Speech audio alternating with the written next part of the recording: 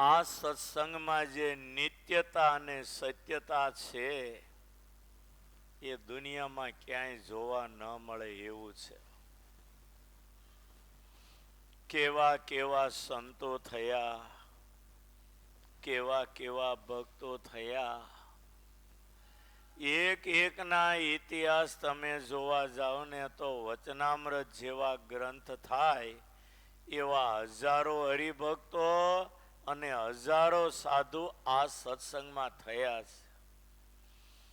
અને સ્વામિનારાયણ ભગવાનનું જીવન ચરિત્ર જો નિહાળવા જાઓ તો એનો તો કોઈ પાર આવે એમ જ નથી. એક આધારાનંદ સ્વામીનો ગ્રંથ જ હદ વટાવી જાય છે. 12 ભાગ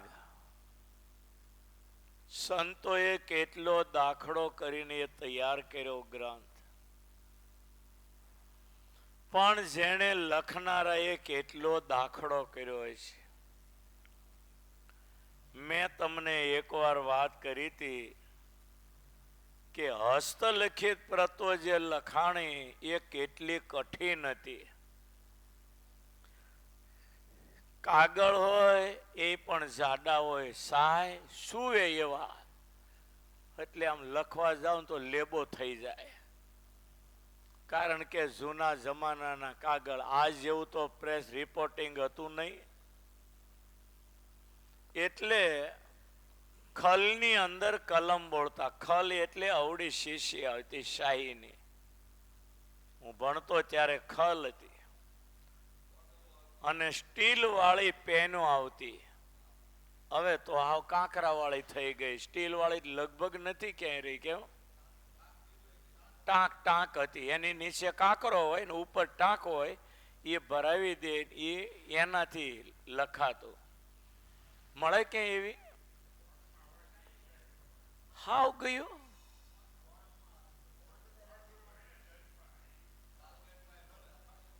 એમ હું ઈ પેનો એ ભણેલો, કાંકરો તો જોયો જ નહોતો. જે અત્યારે પેનો આવે ને સ્ટીલ આવે, ટાંક આવે અને નીચે કાંકરો હોય, બે ભેગા કરીને ભરાવે. એ પેલા બોલ પેન નો હાલતી હાશે એમ. એટલે આ વસ્તુ ખડિયામાં નાની એવી શીશી આવતી. ખડિયામાં સાહેબ એમાં ખલ કે એને એમાં બોળે, પછી લખે ને એટલે રામ લખવો હોય ને તો અડધો લીટો થાય. પછી ફરી વાર બોળે, નીચે કરે, 2 વાર બોળે ને એમાં, ત્યારે ર લખાય. સમજાય છે ને તમને બરાબર? પછી ત્રીજી વાર બોળે ત્યારે લીટો કરે ત્યારે રામ થાય. હવે 3 વખત બોળે ત્યારે રા લખાય. એને આખા ગ્રંથો કઈ રીતે લખ્યા છે. અત્યારે તો આપણે હું પેન ઊંચી કરવાની સેકન્ડ પહેલા તો રા લખાઈ જાય. અત્યારે હું કાગળ લખું ને, એક એક અક્ષરે હું પેન બદલું, એક એક શબ્દે પેન બદલું તોય 1.5 કલાક થાય એક પત્ર લખતા. જેના મોબાઈલમાં મારું ભગવાન ભરોસે ગ્રુપમાં નામ ન હોય નખાવી દેજો. રોજ હું એક પત્ર બધાને સવારે 5 વાગે મોકલી દઈશ. કાંઈક ભગવાનની વાત અને થોડો કાંઈક ઉપદેશ એવું લખી લખીને મોકલું. શ્રાવણ મહિના પહેલા 3 દિવસ પહેલા લખવાનું શરૂ કર્યું હતું ઋષિકેશથી. શ્રાવણ મહિનો આખો અને પછીથી કાયમ એક પત્ર લખવાનું ચાલુ રાખ્યું. 1.5 થી 2 કલાક થાય એ પત્ર લખતા. થોડુંક ધીરે ધીરે લખાય, પેનો બદલવાની શબ્દે શબ્દે. થોડુંક પાછું વિચારવું પડે, કારણ કે એમાં જો એક અક્ષરમાં ભૂલ પડી ગઈ તો આખો પત્ર ફાડી નાખવો પડે.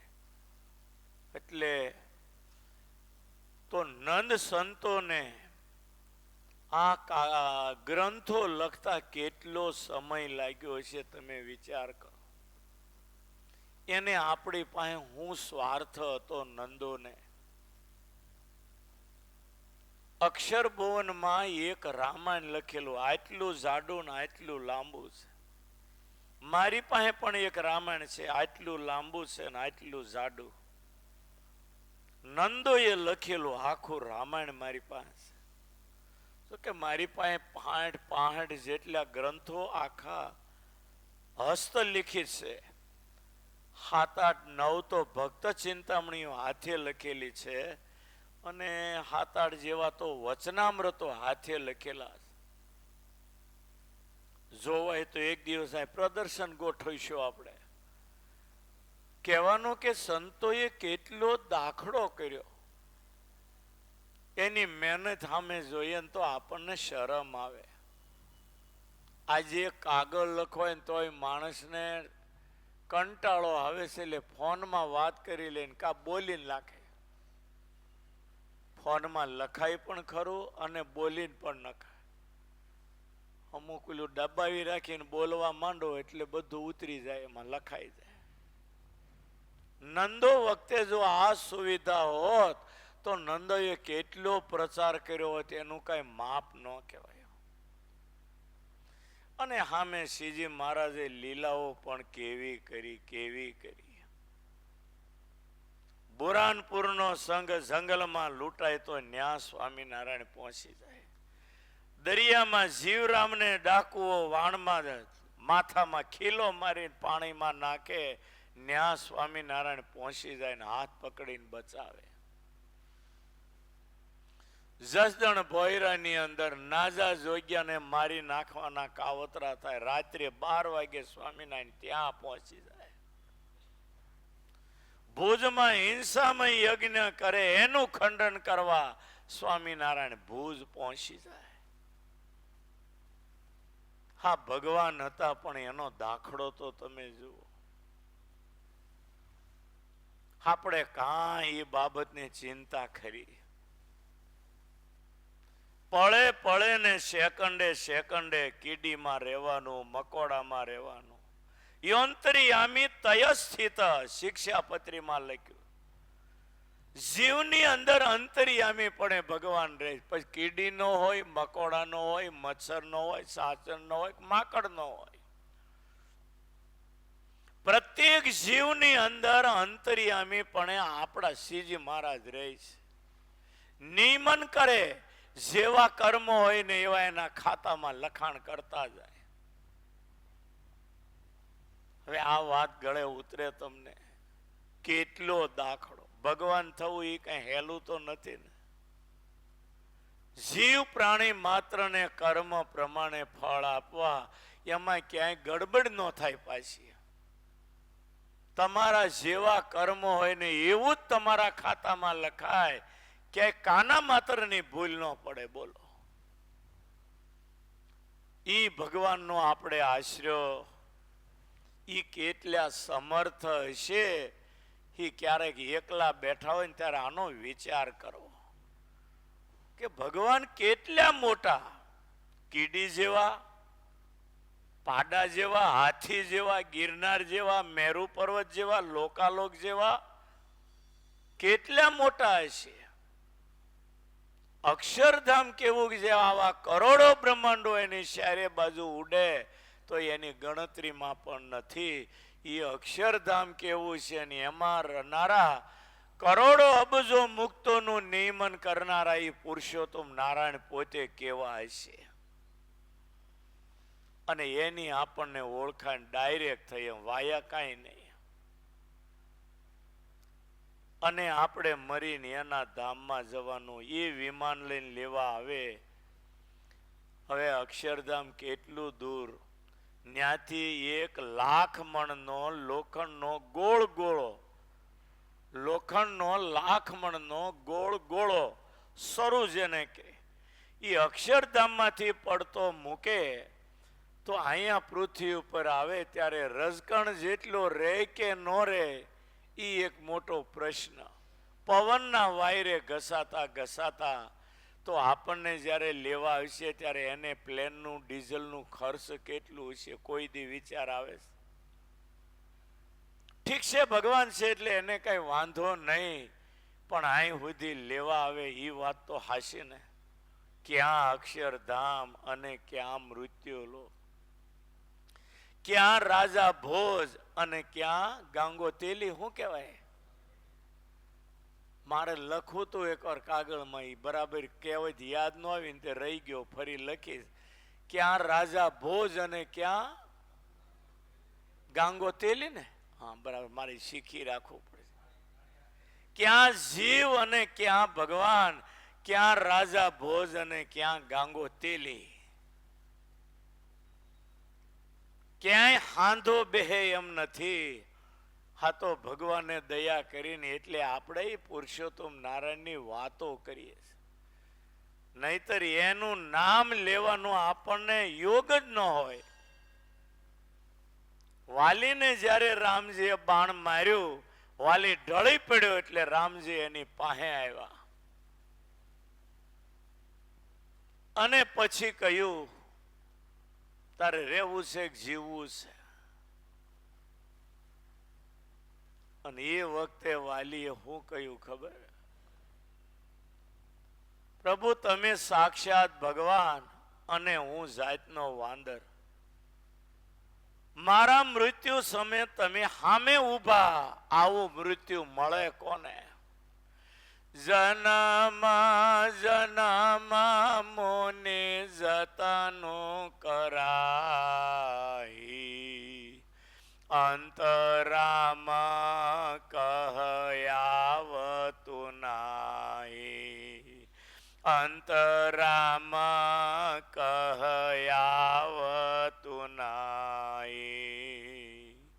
પ્રભુ જન્મ જન્મ સુધી ઋષિ મુનિઓ સાધના કરે, શરીર ઉપર રાફડા થઈ જાય, તોય અંતકાળે તમારું નામ નીકળતું નથી. અંત રામ કહ આવત નહીં.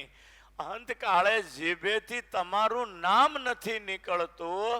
અને મારા મૃત્યુના સમયે મૂર્તિમાન ભગવાન તમે હામાં ઉભા, હવે જીવીને શું કરવું? આવું મોત મળે કોને? આ ભાગ્યના દરવાજા ખુલ્યા કહેવાય. અર્જુન જ્યારે લડાઈ ન કરે ત્યારે ભગવાને કહ્યું, તને શરમ આવે? સ્વર્ગ દ્વારમ પાવૃતમ, સ્વર્ગના ખુલ્લા દ્વાર જેવું તને યુદ્ધનું મેદાન મળ્યું અને બાયલા તું રથની પાછળની બેઠકે બેસી ગયો, તને શરમ નથી આવતી? પછી ભગવાને ઘણું કહ્યું ગીતાની અંદર. ત્યારે અર્જુનને હુરાતન ચડ્યું, બાણ લીધું અને ભારતીય લડાઈમાં 18મે દિવસે તો ખોડો કાઢી નાખ્યો, ભાર ઉતારી દીધો ભારતનો. આવી બધી વાતો છે. ક્યાં ભગવાન અને ક્યાં આપણે જીવ.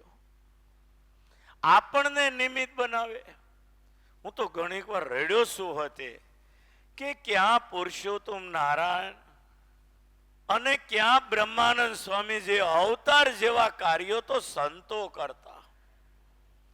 અને એને વડતાલનું મંદિર કર્યું, પાતાળ 6 પાયા ખોદ્યા, 9 લાખ ઈંટો પાયામાં પૂરી.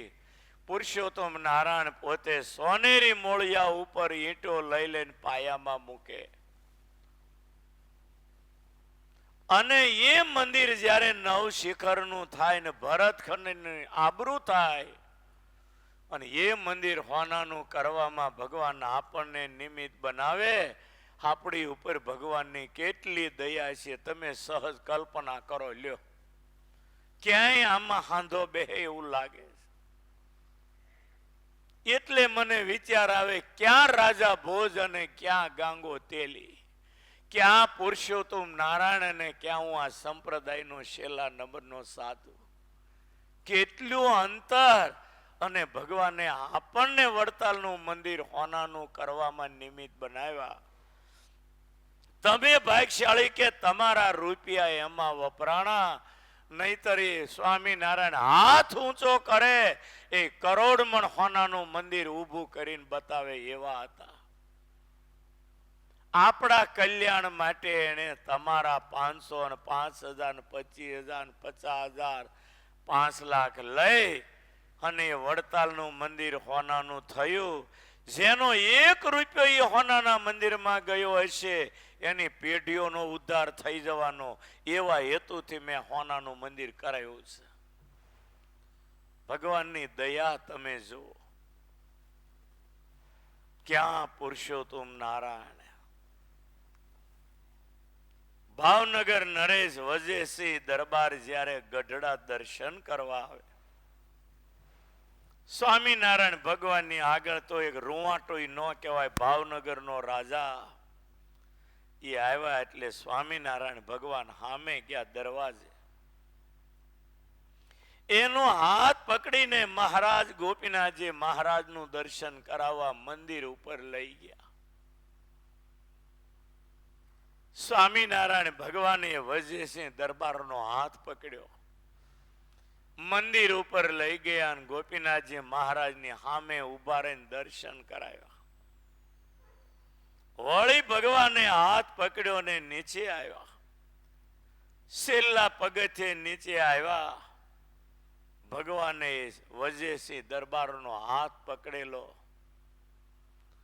હું ઈ રાજાના પૂર્વના પૂર્ણ પોકારતા હોય કે પછી આ વખતનો ભગવાનનો રાજીપો હોય, વજેસિંહ દરબારના મુખમાંથી શબ્દો નીકળ્યા છે, પ્રભુ મારો હાથ પકડ્યો ને તો હવે કાયમ પકડી રાખજો. સ્વામિનારાયણ ને તો ધન્યવાદ, પણ આ વજેસિંહ દરબારને ધન્યવાદ કે સમજણ કેવી, પ્રભુ મારો હાથ પકડ્યો ને હવે કાયમ પકડી રાખજો. હા, એક લીટી તો આપણા હૃદયના દરવાજા ખોલી નાખે. પણ સ્વામિનારાયણ ભગવાન એના ઉપર કેટલા રાજી હતા. વડોદરામાં જ્યારે ગાયકવાડ સરકારે પધરામણી કરાવી, મસ્તુબાગમાં ઉતારા હતા અને વાજતે ગાજતે શોભાયાત્રા બધી પધરામણીએ જ્યારે સયાજી રાવના મહેલે જા, સગળે ધામધૂમીની તૈયારીઓ કરી હતી રાજાએ. મહેલમાં જ્યારે આવ્યા, ઊંચું જ્યાં રાજાનું સિંહાસન, ત્યાં ગાલીચા તકિયાઓ ગોઠવા. સ્વામિનારાયણ ભગવાનને ઊંચા સિંહાસન ઉપર બેહાર્યા. પોતાના 2 ગણપતરાવ આદિ 2 કુંવરો, એ બેને હાથે સોનાના ગીનીઓના ચાંદીની ગીનીઓના થાળ ભરીને આગળ પૂજા માટે મૂકેલા. એક થાળમાં ગુલાબના જાડા જાડા હાર તૈયાર કરેલા. સયાજીરાવે એના પુત્ર દ્વારા ભગવાનની પૂજા કરી, ગુલાબનો હાર પહેરાયો, કપાળમાં ચંદનની અર્ચા કરાવી, સોનાના ગીનીઓના ભરેલા થાળ અર્પણ કર્યા, ચાંદીની ગીનીઓના ભરેલા થાળ અર્પણ કર્યા, વસ્ત્ર અલંકારો એક છાબમાં એ અર્પણ કર્યું. પૂજા કરીને સયાજી રાવ અને 2 દીકરાએ ભગવાનની આરતી ઉતારી અને પછી સામે બેઠા ને બેને જે સંવાદ થયો છે, ઘણી વાતો કરી છે. ભગવાન કે રાજાને દુનિયા સુખી માને, પણ હું તો રાજાને બહુ દુખી માનું છું. પછી તો ઘણી ચર્ચાઓ લાંબી લાંબી કરી અને પુરુષોત્તમ નારાયણને સયાજીરાવ બરાબર જ્યારે ઓળખી ગયા, ઘણી રાજનીતિની વાતો કરીને મહારાજ એની ઉપર રાજી થયા.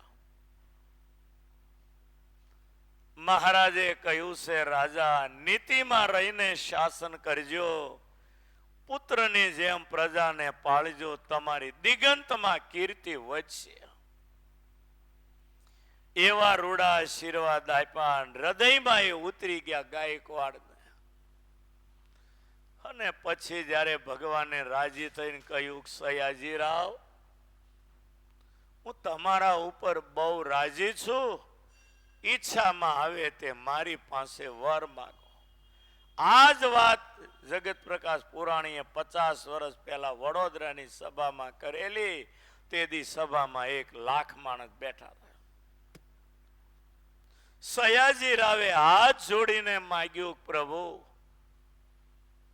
આપ જો રાજીઓ અને વર માગવા ઈચ્છતા હો, હું આપની પાસે એ માગું કે આજે તમારી શ્યામ સુંદર મૂર્તિ આ સિંહાસન ઉપર બિરાજે, મારો અંતિમ શ્વાસ આવે ત્યાં સુધી કાયમ તમારી મૂર્તિ મને દેખાય, બસ આટલી મારી ઈચ્છા, બીજી કોઈ નહીં.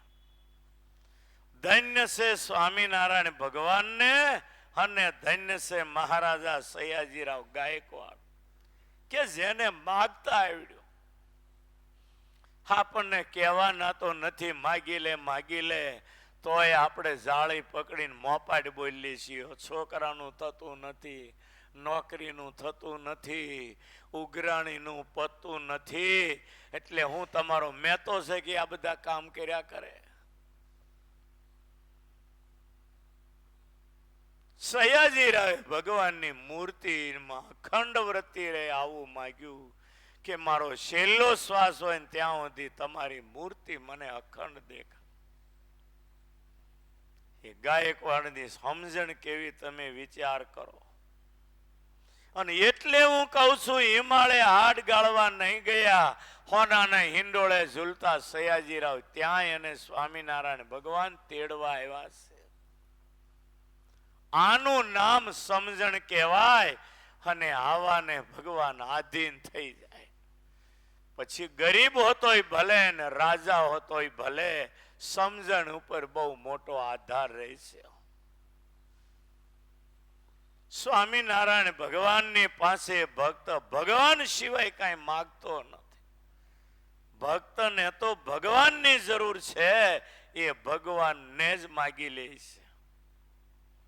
શતાનંદ સ્વામીએ હિમાલયમાં ભગવાને દર્શન દીધા ને કહ્યું, પ્રભુ કાયમ મને તમારા શરણમાં રાખો, મારે તમારા જ ગુણ ગાવા છે. બસ સિદ્ધેશ્વર્યાદીન નેછામી તો હમ કિમપી, પ્રભુ સિદ્ધિ ને ઐશ્વર્ય બધું હતું, ઈ મૂકીને તો તમને મેળવવા આવ્યો છે.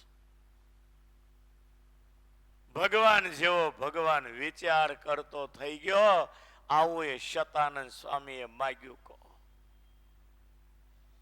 એક વાર જો ભગવાન ઓળખાઈ જાય તો દુનિયાના તમામ સુખ કાક વિષ્ટા તુલ્ય થઈ જાય. આ કઠણાઈ ઊભી એટલે થાય છે કે સ્વામિનારાયણને ઓળખવામાં બહુ મોટી ખામી રહી જાય છે. એક વાર જિંદગી એના ભરોસા ઉપર મૂકો, જોઈ લો જિંદગી જીવવાની કેવી મજા આવે છે. સ્વામિનારાયણ જેવો કોઈ દયાળુ નથી અને સ્વામિનારાયણ જેવો આ દુનિયામાં કોઈ માયાળુ નથી. હજારો માના પ્રેમને સારે એવો તો પોતાના ભક્તોની ઉપર ભગવાનનો પ્રેમ છે. દાદા ખાચરનો દીકરો ગોઠણિયા પર ચાલતા ચાલતા સભામાં જ્યાં પાટ ઉપર મહારાજ કથા કરે, ત્યાં આવીને ભગવાનનો પગનો અંગૂઠો મોઢામાં લઈને ધાવવા માંડે અને એ દૂધ આવે. એ વાત્સલ્ય ભગવાનમાં કેવું છે કલ્પના કરો તમે. માતાના સ્તનમાં દૂધ ન નીકળે, પણ બાળક જ્યારે ધાયે મોઢું મૂકે ત્યારે દૂધની ધારા છૂટે. આનું નામ માતાનું વાત્સલ્ય કહેવાય. એવી હજાર માની ગરજ સારે ને એવા આપણા શ્રીજી મહારાજ હતા.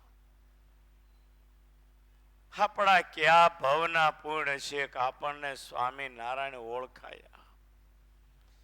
બાકી હિમાલય હાડ ગાળીને મરી જાવ ને તોય સ્વામિનારાયણ નું નામ લેવા ન મળ્યો.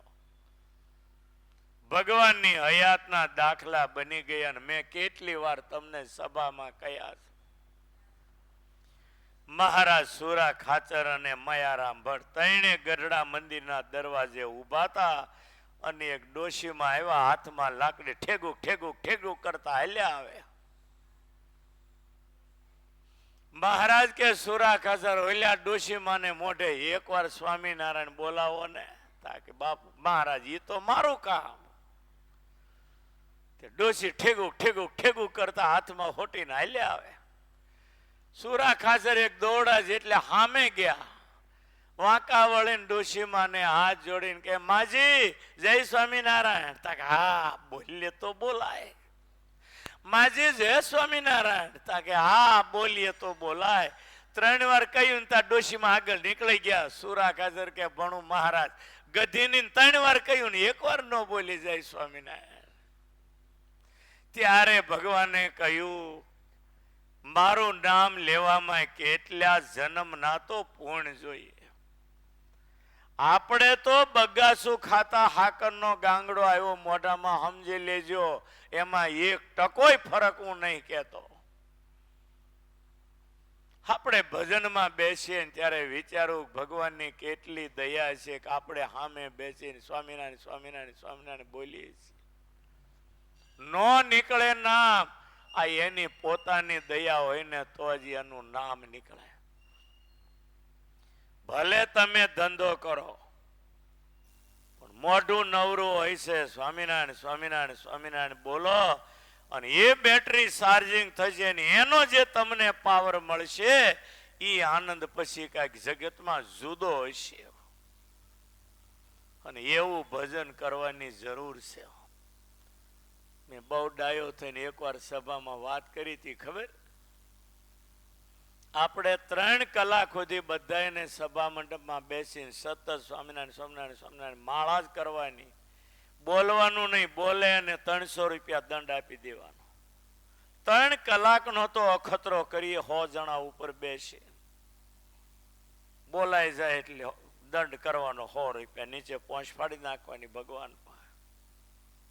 2 જણા મને કહેવાય કે કેદી કરવું છે, હું ભૂલકણો ભૂલી ગયો. નામ લખીને 100 નામ લખીને આપણે ટાઈમ ટુ ટાઈમ 12 થી 3 સતત માળા કરવાની, બોલવાની. બોલાય તો દંડ. અને હોઠ ફફડતા બંધ ન થવા જોઈએ 3 કલાક. હાથમાં માળા, હોઠ ફફડે ને બાજુમાં કોઈ ન સાંભળે એ રીતે જે હોઠ ફફડાવીને સ્વામિનારાયણ સ્વામિનારાયણ બોલવું, એને ઉપાંશુ જપ સત્સંગી જીવનમાં કયા. હોઠ ફફડે સ્વામિનારાયણ સ્વામિનારાયણ બોલીએ ને બાજુમાં કોઈ ન સાંભળે એને ઉપાંશુ જપ કહેલા, એ શ્રેષ્ઠ કયા. એટલે ક્યારેક આવો અખતરો કરવા જેવો ખરો, પણ મારું હાથ બોલું તો કાલે ભૂલી જવાય. બાકી આ ખતરા કરવા જેવા ખરાવામાં ખતરા ન થાય, લાભ બહુ થાય. ભગવાનનું નામ લેવા મળે કેટલી મોટી વાત કહેવાય. વિચાર તો કરો. મને એમ થાય હરી કથા કરવી કે આ ભગવાનના નામની જ વાત કરવી. કેટલું મોટું નામ, જેના નામથી કાળા નાગનું ઝેર ઉતરી જાય. બોલો, કચ્છની અંદર એક હરિભગત ને સર્પ કહ્યું. હવાર સુધી સ્વામિનારાયણ સ્વામિનારાયણ મંદિરમાં બોલ્યા, મંદિરમાં એ શબને ઢાંકી રાખ્યું. હવાર સુધી ધોઈને બોલે, 4 વાગે બેઠો થઈ ગયો. બોલો, ક્યાં ગયો ખીમજી? આજ મારે મંદિરમાં પૂજા કરવી છે. આ ડોલ ભરીને ગરમ પાણી લાવીને મારી પૂજાના કપડા અહીં લેતો આવજે. મરેલો માણસ બેઠો થાય સ્વામિનારાયણના નામથી. વિચાર કરો, આ કળયુગમાં સ્વામિનારાયણ નામનો પ્રૌઢ પ્રતાપ તો તમે જુઓ. એટલે નિષ્કળાન સ્વામીને વારે વારે કહેવું પડે, નહોતી દીઠી નહોતી સાંભળી પ્રગટાવી એવી પુણ્ય. અને સમય મળે ને તો આમ 12 કલાક જો માળામાં બેસી જઈએ ને ભારે મજા આવે. પણ એ પૂર્વનું હોય ને તો થાય, બાકી તો 1 કલાક બેહનતા કીડીઓ સડે. 1 કલાક બેહન એટલે કીડીઓ સડે. પછી તો હળવળ હળવળ માંડે થવા. હા, ઋષિકે 3 કલાક બેઠા. હું તો 7 કલાક બેહતો, બહુ મજા આવતી. પણ તો મન કઈ હાવ ન રે. મંદિરની ધજાની પૂછે એમ હલ્યા તો કર્યા કરે. આપણે કઈ એવા ઊંચી સ્થિતિ વાળા તો નહીં. એવું યાદ આવે બિચારા કેશવ ભગત આવા બધા હરિભક્તો મંગળામાં આવે, એ બિચારાને આવો લાભ કેદી મળે. હું તો રડવા માંડું ગંગા કાંઠે તમને બધાને યાદ કરી. બિચારા સંસારમાં રહ્યા, મહિનો ન આવી શકે, અહીં આવ્યા હોય. અહીંયા 2-2 કલાક ભજન કરે, ભગવાન કેટલા રાજી થાય એના. કાંઈ થાય એમ નથી, પણ તો હજી મને ઘાટ તો ઘેડ્યા કરું છું. તમને બધાને છપૈયા લઈ ગયા હોઈએ ને નારાયણ સરોવરના કાંઠે બેસીને 25 માળા કરીએ. કાલી દત્તને માર્યો એ ઓટા પાસે બેહીને બધાય આપણે 25 માળા કરીએ. ખાપા તલાવડીના ઓટલે બેસીને બધાયને કથા કહું, પછી તમે બધાય 25 માળા કરો. ગૌ ઘાટ ઉપર જઈએ, ધૂન કરીએ, 25 માળા કરીએ, એમાં સ્નાન કરીએ. કેટલું સુખ મળે. આ પુરુષોત્તમ નારાયણના સંબંધ વાળી ભૂમિ એટલે એને કેની ઉપમા દેવી એમ થાય. સરયુ નદીમાં ભક્તોને મેં એટલા નવડાવ્યા. અયોધ્યા હમણાં કથા કરવા ગયા ત્યારે એવા નવડાવ્યા ને એવા નવડાવ્યા. લાલજીનો અભિષેક કર્યો ને પીડિયા ઉતાર્યા. એમાં સરયુ ગંગાની આરતી રાત્રે ઉતરે. હું એ નજારો કોઈ વર્ણન ન થઈ શકે. 108 દિવેટની લાઈનમાં કેટલી આરતીઓ ઉતરે. અદ્ભુત નજારો તમે જુઓ. હા, મોહનભાઈ ની આજે ત્યાં છે છપૈયા. 300-400 ગયા. મેં કહ્યું તમે સરયુની આરતી કર્યા વગર રહેતા નહીં. તમે એક દિવસ તો સરયુની આરતી કરજો જ. તમે અયોધ્યાની ગલીઓમાં જતો હોય ને ત્યારે દેખાય કે રામજી આપણી સામે હાલ્યા આવે. આ તો રામની નગરી. 21 લાખ વર્ષ ગયા, હજી લોકો રામ રાજને યાદ કરે.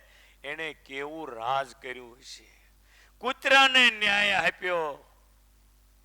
હવે આવો તો રાજા કોણ હોય? માટે વાલા ભક્તો, આપણે બહુ ભાગ્યશાળી છીએ. આપણને સ્વામિનારાયણ ભગવાન મળ્યા. રાત્રે સત્સંગી જીવનની કથા થાય છે. સમય કાઢો. મોત ગઈ અને થોડી